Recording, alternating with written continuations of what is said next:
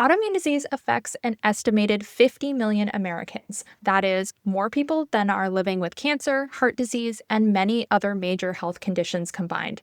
And yet, for decades, autoimmune diseases have often existed in the shadows of medical research.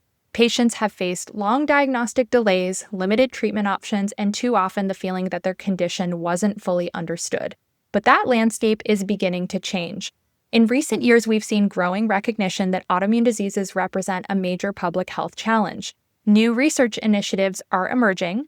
Large-scale collaborations are bringing scientists together across specialties. And as of 2023, the National Institutes of Health has a dedicated Office of Autoimmune Disease Research focused on coordinating and accelerating progress across the entire autoimmune disease spectrum. Today, we're talking with the person leading that effort. Dr. Victoria Shanmugam serves as Director of the Office of Autoimmune Disease Research within the NIH Office of Research on Women's Health. She's a physician scientist, rheumatologist, and a recognized leader in autoimmune disease research. In this conversation, we'll explore why the office was created, what it's working on, where the most exciting areas of research are emerging, and what all of this could mean for people living with autoimmune disease in the years ahead.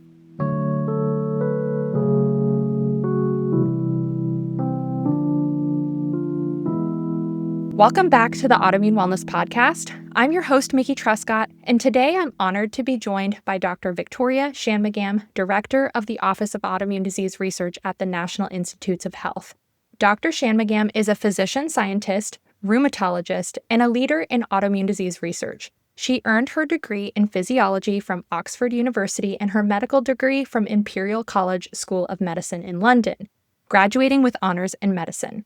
She completed her internal medicine residency and rheumatology fellowship at Georgetown University, where she later joined the faculty and built a distinguished career caring for patients with complex autoimmune diseases, while also leading research and medical education initiatives.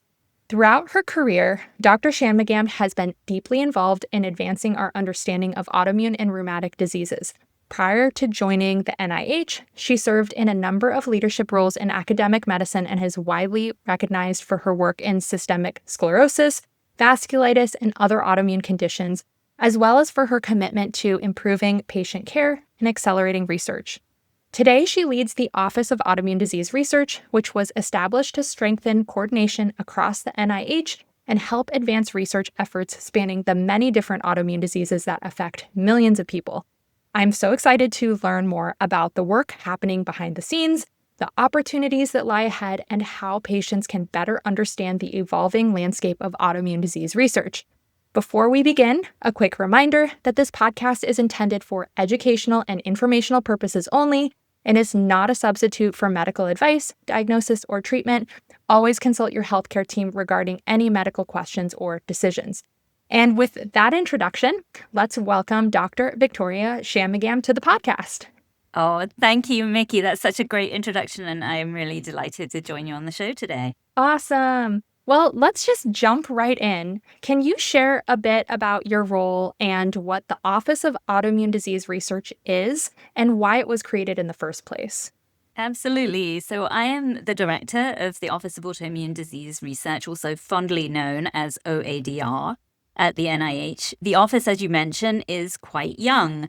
It was formed at the direction of Congress in the Consolidated Appropriations Act in 2023, and it was tasked with 6 specific directives: to coordinate the development of an NIH-wide strategic plan for autoimmune disease research, to identify emerging areas of innovation and research opportunities, to coordinate and foster collaborative research across the NIH, to annually do an evaluation of the NIH autoimmune disease research portfolio, to provide resources to support planning, collaboration, and innovation, and to develop some form of publicly available centralized repository for autoimmune disease research. And we can talk a little bit more about that as we get deeper into the podcast. But those 6 directives, along with some of the findings of a National Academies of Sciences Engineering and Medicine report looking at enhancing NIH research on autoimmune disease, were what really guided the establishment of the office and are foundational to the work that we're doing today.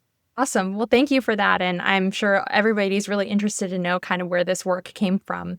Autoimmune disease affects so many people, yet historically, it hasn't always been a central focus of research. I'd love to know from your perspective what has contributed to that and what do you see changing now?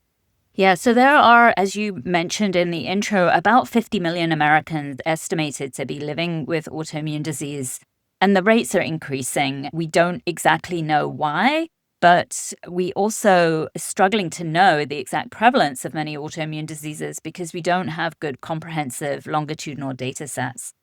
When we take together all of the autoimmune diseases, as you mentioned, this is one of the most common groups of chronic conditions affecting the American people, but we don't have a good coordinated structure for studying them.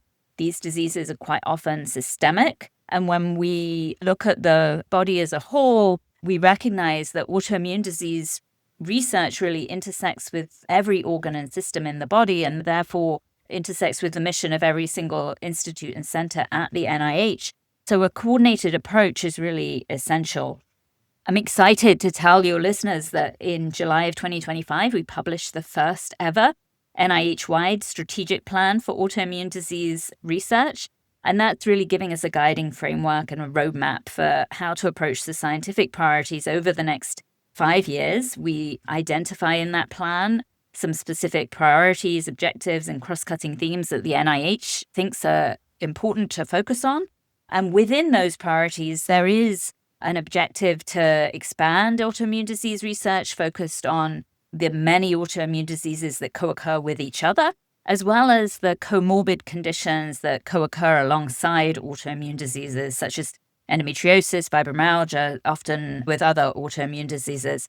And again, the pathogenesis for many of those conditions are really unclear.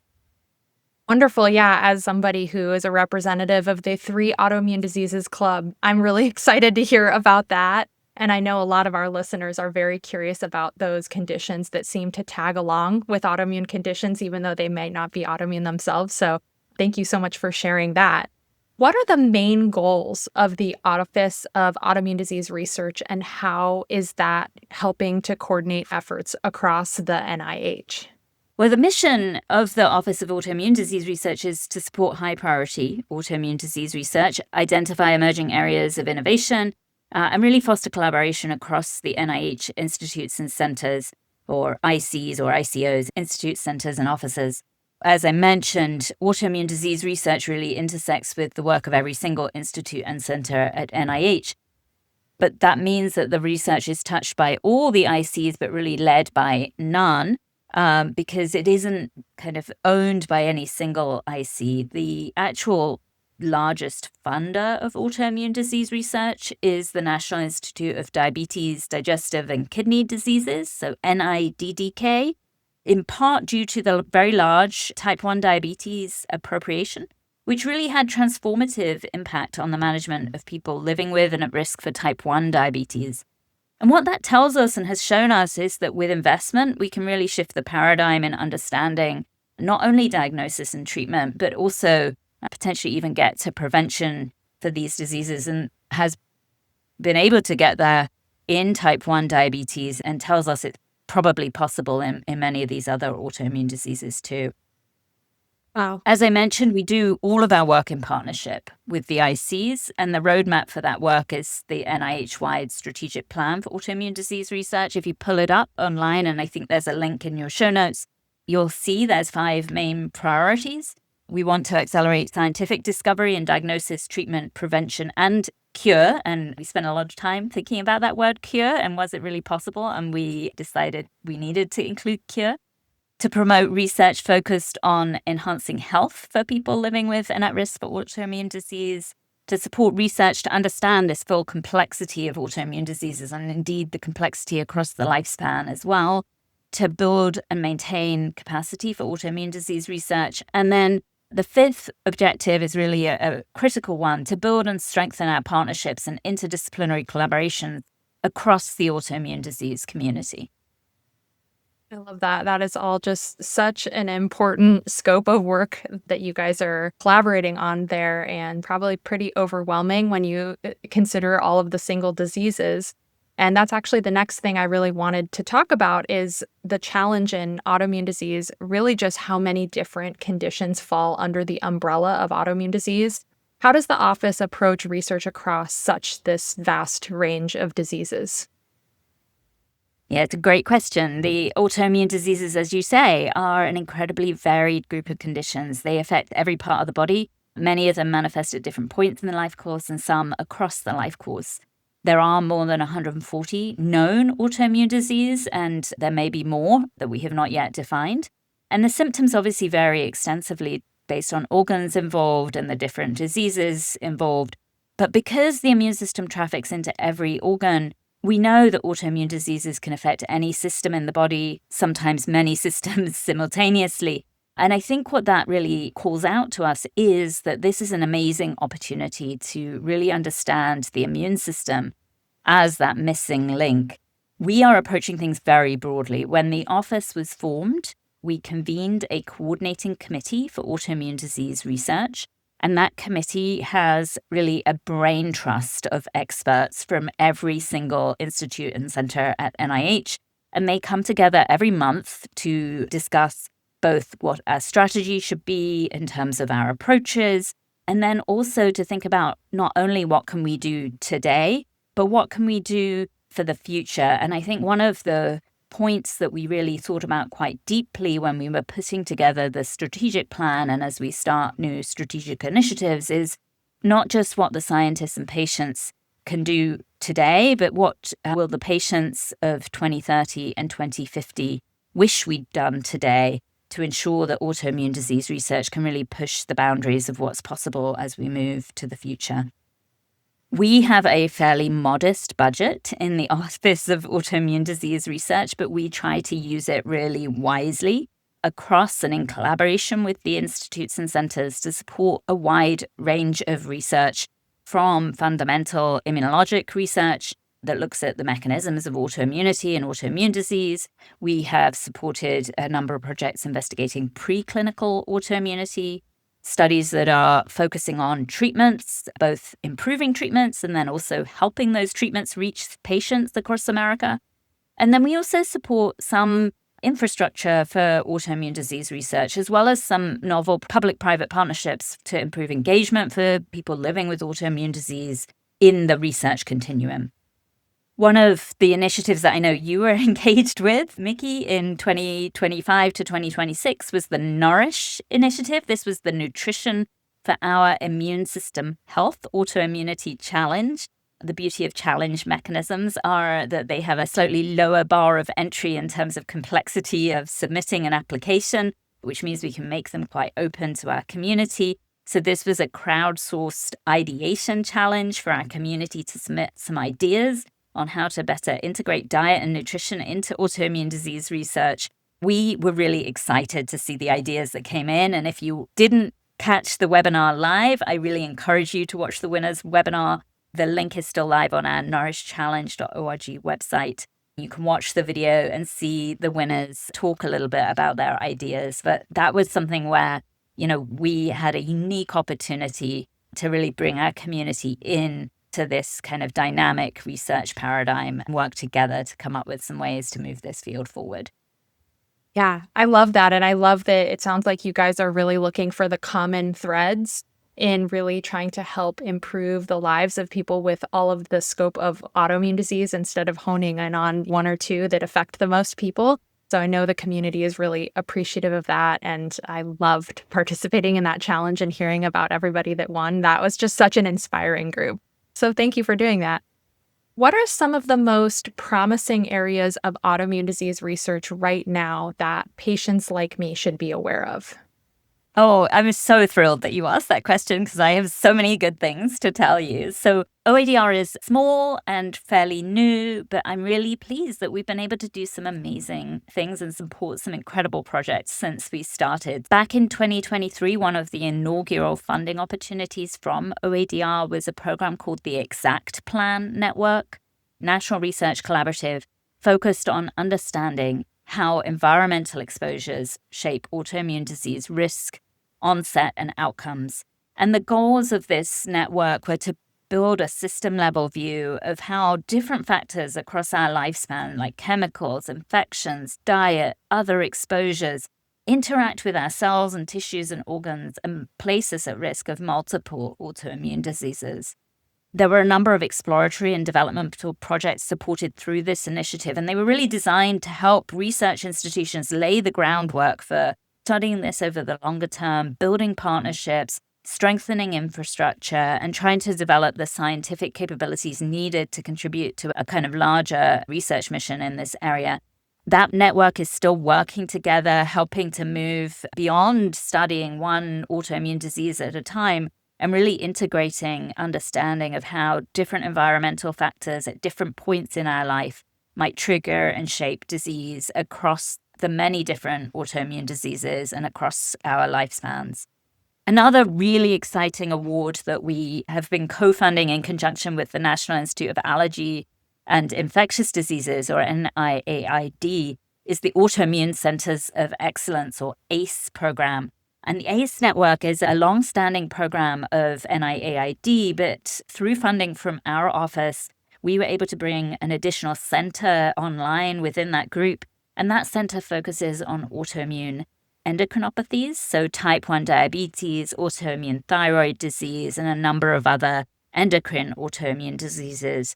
And that's really exciting because typically those researchers would not have collaborated with the people studying rheumatoid arthritis and lupus and other rheumatologic autoimmune diseases, and they typically would not have interacted closely with the basic science immunologists. But by bringing this additional center into the ACE network, it's really catalyzed opportunities for collaboration, studies looking at the immunologic mechanisms of these diseases, and most importantly, across diseases. So really getting to that point that you made earlier, that you're one of the people who has multiple autoimmune diseases. This is really common. And as a rheumatologist who used to see patients in the clinic, I have seen this many times. And yet we have not got a great mechanism for studying those co-occurrences of autoimmune disease. And this is a way that we can actually really accelerate the science in that arena. I want to tell you also about a couple clinical trials that we're supporting that, again, is like another place where we can really invest to support accelerating the science. One that we're particularly excited about is the AVERT study, which stands for atrioventricular block elimination by rozanoliximab treatment. So that's a mouthful, but this is looking at a new treatment for women with the SSA antibody or Sjogren's antibody. We see this both in Sjogren's disease and then also in lupus and sometimes in rheumatoid arthritis. Women who happen to carry this autoantibody are at risk of having a baby that is affected by a condition called congenital heart block. The antibodies from the mother can cross the placenta and cause a problem with the baby's heart formation, and they very often can develop stillbirth, unfortunately. So through funding from the Office of Autoimmune Disease Research in conjunction with the National Institute of Arthritis, Musculoskeletal and Skin Diseases, or NIAMS, we've been able to support this clinical trial that's looking at a new monoclonal antibody given during the pregnancy, during that critical window when the antibodies can cross the placenta and cause the problem with the baby's heart formation. And this therapy is looking very promising as something that might be able to reduce that antibody burden and reduce the risk to the baby. This particular study is led by Jill Byron at New York University and is really focused on trying to study this in women that are at high risk. We also have been working to try and support studies that are looking at earlier detection of autoimmune diseases. We're increasingly recognizing that many autoimmune diseases have this prodromal phase, and I think patients living with autoimmune disease will recollect this in themselves, where there are abnormalities in the immune system even before the doctors can really detect a definable autoimmune disease. If we could better identify those at highest risk through biomarkers, through autoantibodies, through immune profiling, we potentially could get to a place where we can diagnose disease earlier and hopefully intervene perhaps before progression. That's the paradigm that we've seen be successful in type 1 diabetes, and I think with continued work in this field, then we could potentially see this in other diseases as well. There's lots of exciting things coming down the pike in autoimmunity, as you probably have been hearing. New monoclonal antibodies, new disease-modifying treatments, some ways to harness the immune system itself, alter the immune responses through a chimeric antigen receptor or CAR T-cell therapy, and even regulatory T-cell therapies where you engineer the T-cells to kind of dampen down the immune responses. This area of science is evolving really rapidly, and I think shows great hope, both as treatment and potentially as durable remission for people living with autoimmune disease. We really need to be able to support the studies and the research that must be done. Wow. Yeah, that is so much. The one thing that really stands out to me as somebody who recently in the last year got diagnosed with my third autoimmune condition that I started having symptoms 15 years ago. We all know how long it takes sometimes for your body to really express enough factors in order to get a diagnosis. So I'm particularly excited about that research for early detection and diagnosis and helping people get on their feet faster, right? So thank you so much for describing all of that. No, it's so important. And we're so excited to do the work. So yes, we hear you, and I think you're not alone. I've seen this many times myself in my own clinic, and I hear it from many patients. So I think it's really important work. Yeah, thank you so much. So another thing that we're hearing about are things like data platforms and large-scale collaborations. Basically, what do we do with all this information? How are these changing the pace or the direction of the research that's being done right now? So glad you asked that question. This is something our team and certainly our coordinating committee for autoimmune disease research has been thinking really deeply about. As I mentioned, the 6 congressional directives that set up the office, number 6 was this task to develop some form of centralized repository for autoimmune disease research. And we really approach this with a very broad lens. As you and your listeners know, many conditions that we currently group under one diagnosis are likely made up of biologically distinct subtypes. And as we mentioned, people who have one autoimmune disease are at a higher probability of developing other autoimmune diseases. And so it's really important that we have mechanisms to allow us to look at shared pathways that could contribute to autoimmunity.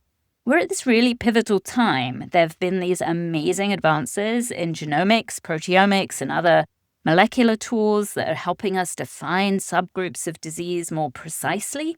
But we're also very fortunate because computational power that we have today far exceeds what was possible 5 years ago, even 10 years ago. And we really wanted to bring those two pieces together in a complementary way.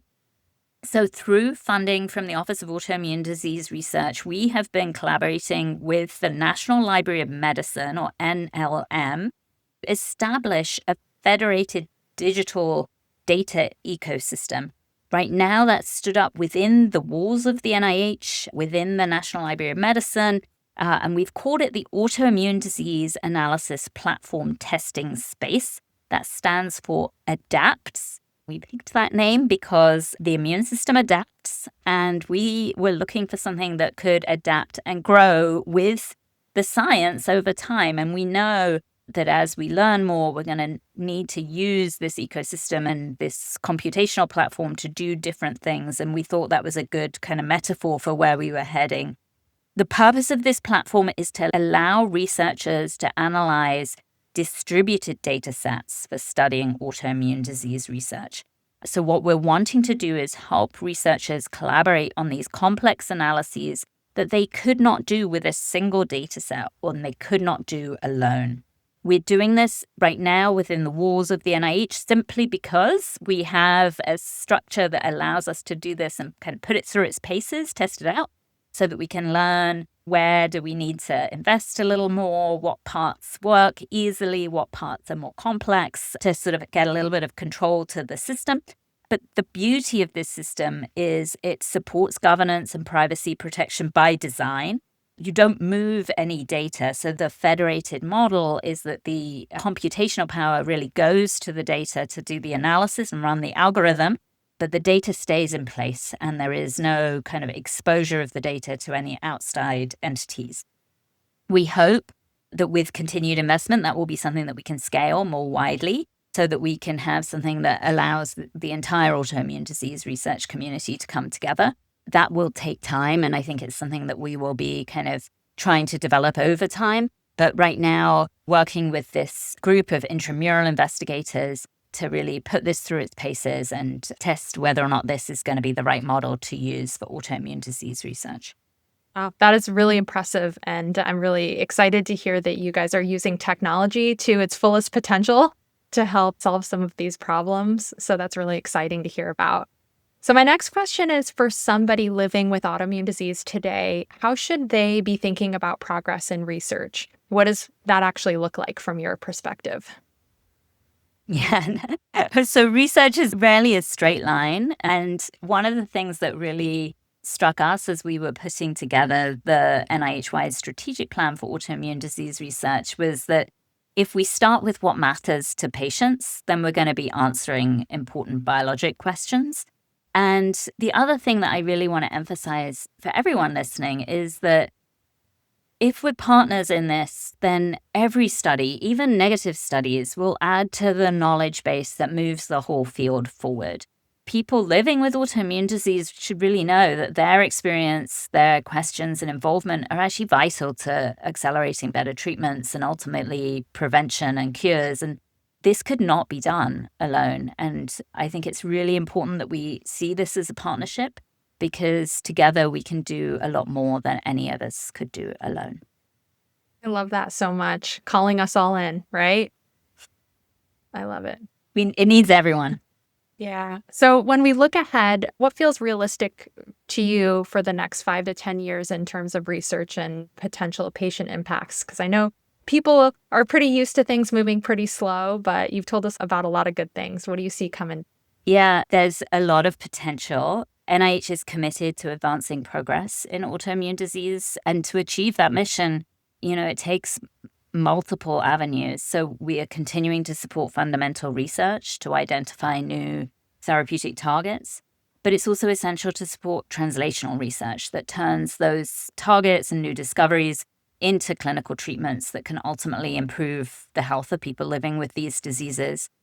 On top of that, or layered on top of that, it's really important to build capacity for autoimmune disease research through not only the development of new tools, new techniques, new methods, and a skilled workforce, but also the infrastructure allows us to run clinical trials and to bring therapies to our patients. These priorities are just vital for advancing and translating scientific discoveries into improved outcomes for people living with autoimmune disease. As I mentioned, that interest and research into the preclinical phase of disease is another area of focus. And I think we've learned a lot from the type 1 diabetes community, where they've been able to not only identify the individuals that are high risk for progressing from preclinical type 1 diabetes to full-blown type 1 diabetes, but they also were able to identify a target to alter the immune system in that phase. That is now an FDA-approved therapy for people at risk for type 1 diabetes to prevent progression to full-blown type 1. And that completely shifted the paradigm for that disease. And that success really tells us what's possible for these other autoimmune disease conditions. So I want to kind of land on the thought that the future is really bright. I think in the next 5 to 10 years, we're going to see huge advances in research and potential impact for our patients. I love that. So here's a question that I know you'll have a great answer to, because I've been following you and some of this work for a while, but I know our listeners would love to know the ways that patients or communities can stay informed about or engage with these ongoing research efforts. Oh, perfect lead in. Yes, we'd love for all of your listeners to join us actually every quarter. The Office of Autoimmune Disease Research hosts an open updates on OADR session. It's typically held about a week after our internal coordinating committee meets. We give a fairly high-level update on what's going on in the life of the office. And then there is a little bit of an open session where we let people unmute and tell us what's going on in their lives and the lives of their organizations. It's a really nice way for our community members to engage, share their thoughts and experiences. We always learn a lot from to attend those sessions, and it's really a very open forum. Anyone can speak, just raise your hand and unmute. You do have to attend live, so those sessions are not recorded, but we are happy for people to drop in when they can, and I hope that you guys can join us. I love that so much, and we'll have the links to that in the show notes.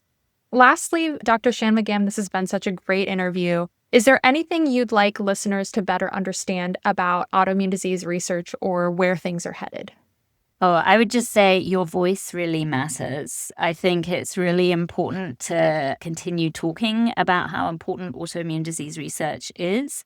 Continued sustained funding is essential to support and expand the work both of OADR and the NIH more generally, and to ensure that scientific discoveries reach the patients living with autoimmune diseases across the United States. Thank you so much. That's such a perfect closing message. Dr. Shanmugam, thank you for joining me today, for sharing your perspective on the future of autoimmune disease research. What really stands out to me from this conversation is there's so much more coordination, collaboration, and momentum in this field than ever before. And it sounds like you've got a lot of work ahead, but it's so encouraging to hear about the investments that are being made to better understand autoimmune disease and ultimately improve the lives of patients like myself in this community. So thank you so much for sharing with us. For everybody listening, we're going to include links in the show notes to everything we referenced today, like the Office of Autoimmune Disease Research website. You can sign up for the email list, learn about some of the quarterly webinars and any other public events, and stay up to date on the latest initiatives and research opportunities. As somebody who has spent many years in the autoimmune community, I have personally enjoyed seeing more opportunities for patients, advocates, researchers, and organizations to all come together around these conversations. Staying connected and informed is one of the ways we can all help move this field forward.